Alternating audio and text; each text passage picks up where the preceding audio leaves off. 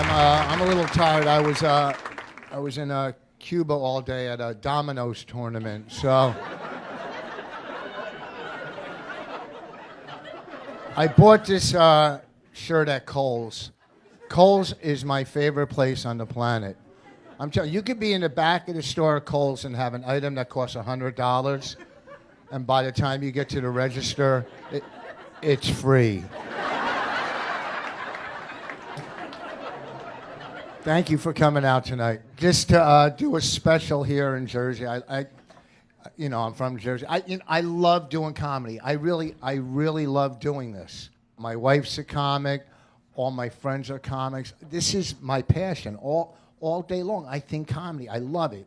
If it came between my career and one of my kids, they would have to draw straws, okay? This is my passion. So I gotta tell you the story. I was doing a club a couple weeks ago, and on Thursday night is their new talent night. So I had to go up at the end of the show after like an hour and a half of horribleness, and I had to headline the show. So I'm talking to this guy in the audience. I go, "What do you do?" And he said, "I was on stage earlier. I was up there earlier doing comedy." I go, "Really? You're going to be a comic?" I go, "How old are you?" He said, "I'm 53. I go, "You're starting comedy at 53?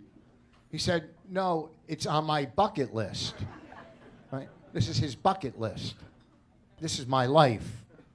His bucket list. All right? I've always wanted to fly a plane, but I've never walked into the cockpit and said, "Hey, can I take it around the block a couple times?" Right? So I got a little pissed off, so I started trashing him.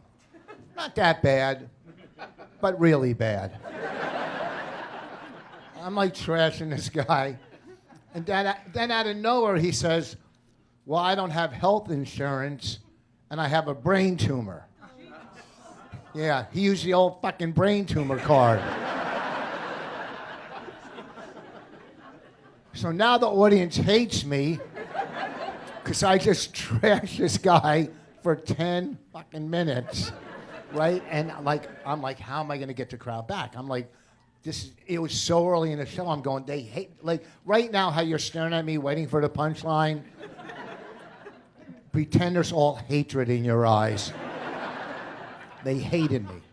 So out of nowhere, some guy in the audience raises his hand and yells over to that guy and says, "Look, I don't care if you have health insurance.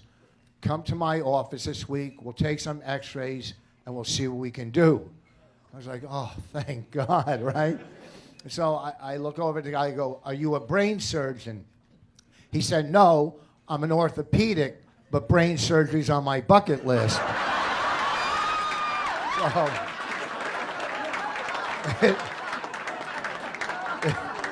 it worked out.